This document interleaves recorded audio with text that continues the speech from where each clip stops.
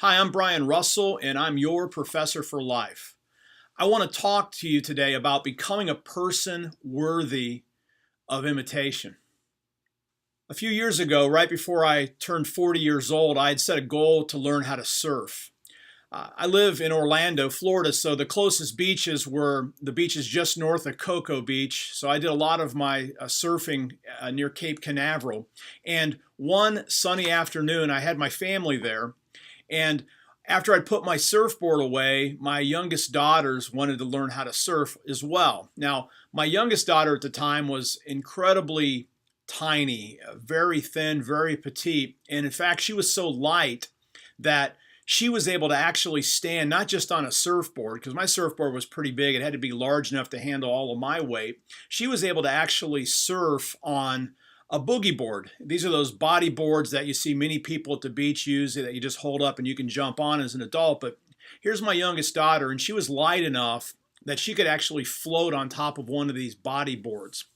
And so I still remember to this day, we're out, 30 yards or so offshore. There's waves coming in, and I'm holding up this board, and she's standing on it. I'm wanting her to catch a wave, and I was helping to push her into the waves.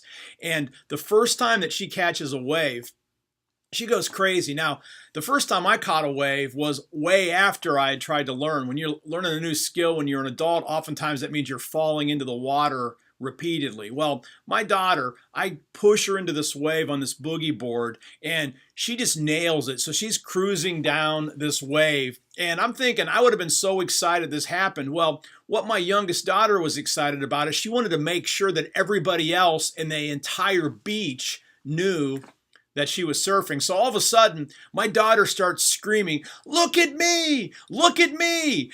As she's cruising along, every person in the water, this little kid, "Look at me! Look at me! Look at me!" She was so excited, and she wanted all that attention on herself. And I remember thinking to myself, wow, I think she's going to grow out of that, because most of us as adults don't go running around to the whole world saying, "Look at me! Look at me!" But as I've gotten older, I've recognized that I've grown quite a bit in my own life by actually looking at other people. And I've had significant men invest time into me to make me and help me to grow into the person that I'm meant to be. I can think back to my youth pastor, Steve Miller, back in Akron, Ohio. I can think of David Bauer, John Oswalt, my mentors when I was going through Asbury Seminary back in the early 90s. I can think of Bob Tuttle, great colleague that I had on the Orlando campus. Steve Harper, Bill Tillman, Eric Curry, Eric Howlett. These are pastors, friends, colleagues that have invested time into me, and I'm a better person for that. But then when you think about Scripture, think about what Paul says. Again, gets back to my daughter. Look at me, look at me. We kind of seem like we know better, but I've been thinking a lot lately about Philippians chapter 3, verse 17. It's interesting what Paul says. And if you go through Philippians, Paul lays out examples of what it looks like to follow Jesus.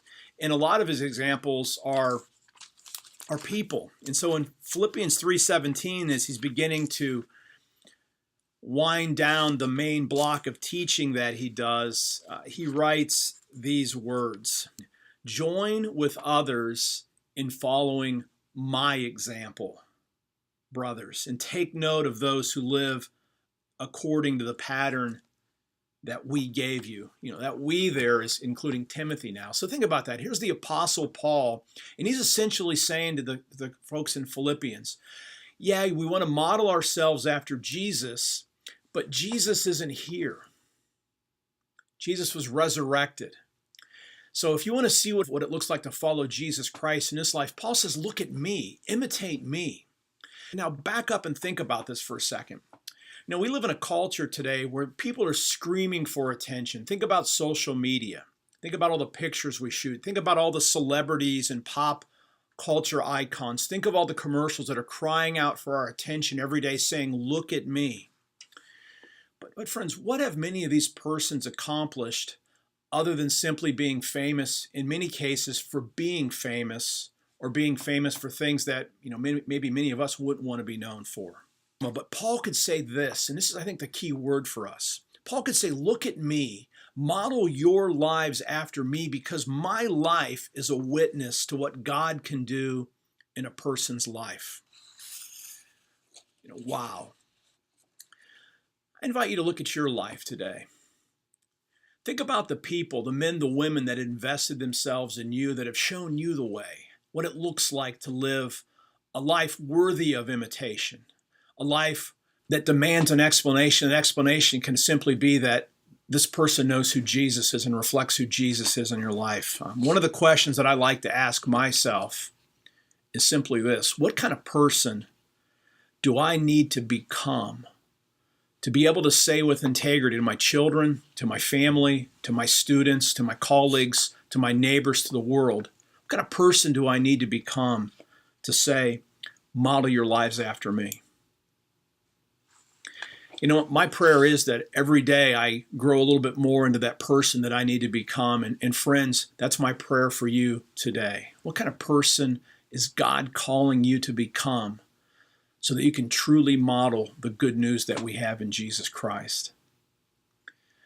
I'm Brian Russell, and I'm your professor for life. I'll see you next time.